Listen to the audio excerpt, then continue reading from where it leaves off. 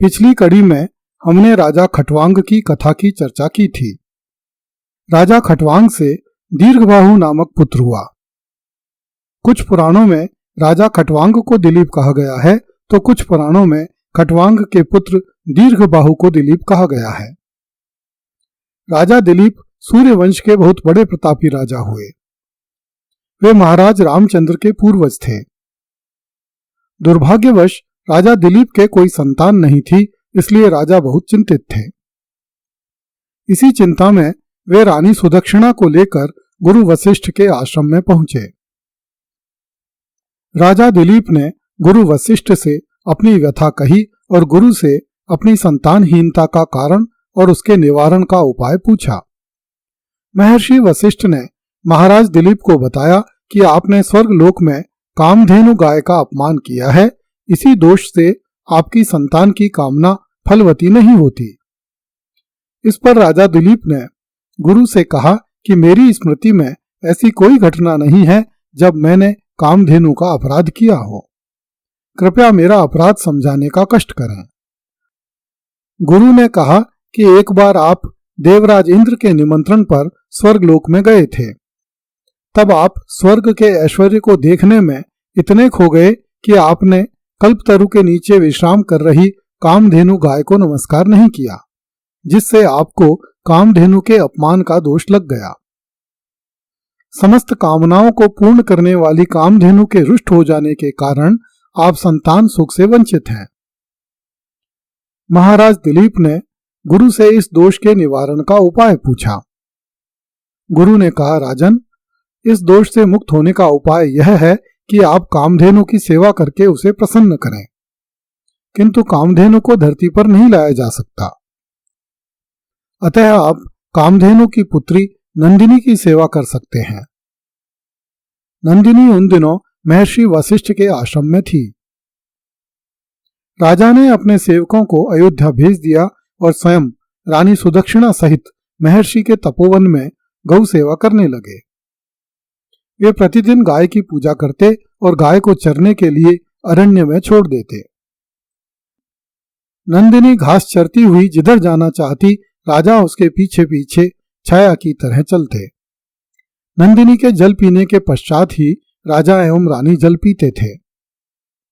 संध्या काल में रानी आश्रम के द्वार पर खड़ी उनकी प्रतीक्षा करती तथा गाय को तिलक लगाकर उसका दूध दूहती। जब गाय सो जाती तो राजा एवं रानी भी शयन करते। प्रातः काल में राजा एवं रानी गाय के स्थान की सफाई करते। इस प्रकार सेवा करते हुए 21 दिवस बीत गए। 22वें दिवस जब राजा गौ चरा रहे थे, तब अचानक एक सिंह गाय पर टूट पड़ा। राजा ने तुरंत धनुष पर बाण चढ़ाकर सिंह को खदेड़ने का प्रयास किया, किंतु राजा दिलीप की अंगुलियां बाण पर चिपक गईं। राजा के आश्चर्य की कोई सीमा नहीं रही। सिंह ने मनुष्यवाणी में राजा से कहा, राजन, तुम्हारा बाण मुझ पर नहीं चल सकता है। मैं भगवान शंकर का सेवक कुंभोदर हूं।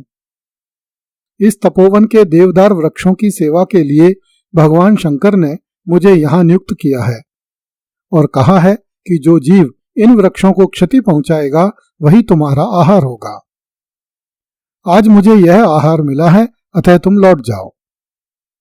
सिंह के मुख से इस प्रकार के वचन सुनकर राजा दिलीप क्रोधित हो गए और अपने धनुष पर बाण चढ़ाकर बोले, जब तक सूर्यवंशियों के शरीर में प्राण है तब तक तुम इस गाय को हानि नहीं पहुंचा सकते।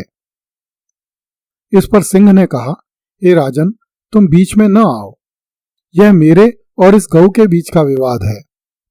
मैं भगवान शिव द्वारा नियुक्त इस उपवन का रक्षक हूं और इस उपवन को क्षति पहुंचाने वाले को दंड देना मेरा कर्तव्य है। राजा दिलीप ने कहा, यदि आप भगवान शिव के सेवक हैं तो हमारे लिए भी आदरणीय है। मैं आप पर शस्त्र नहीं उठा सकता, किंतु यह गाय मेरे द्वारा रक्षित है, इसलिए आप गाय के बदले मुझे खा लें, क्योंकि आपके वन में इस गाय का प्रवेश मेरी गलती से हुआ है। सिंह ने राजा दिलीप से कहा, हे राजन, तुम इस देश के धर्मात्मा राजा हो, तुम्हारे मरने से इस देश को बहुत हानि होगी, इसलिए तुम मुझे इस गाय को मारकर खा जाने दो। इस प्रकार सिंह ने राजा को बहुत समझाया, किंतु राजा दिलीप अपने प्रण पर अडिग रहे और अपनी आंखें मूंद कर सिंह के सामने बैठ गए ताकि सिंह उन्हें अपना आहार बना सके। राजा दिलीप सिंह के आक्रमण की प्रतीक्षा करते रहे, किंतु सिंह ने उन पर आक्रमण नहीं किया।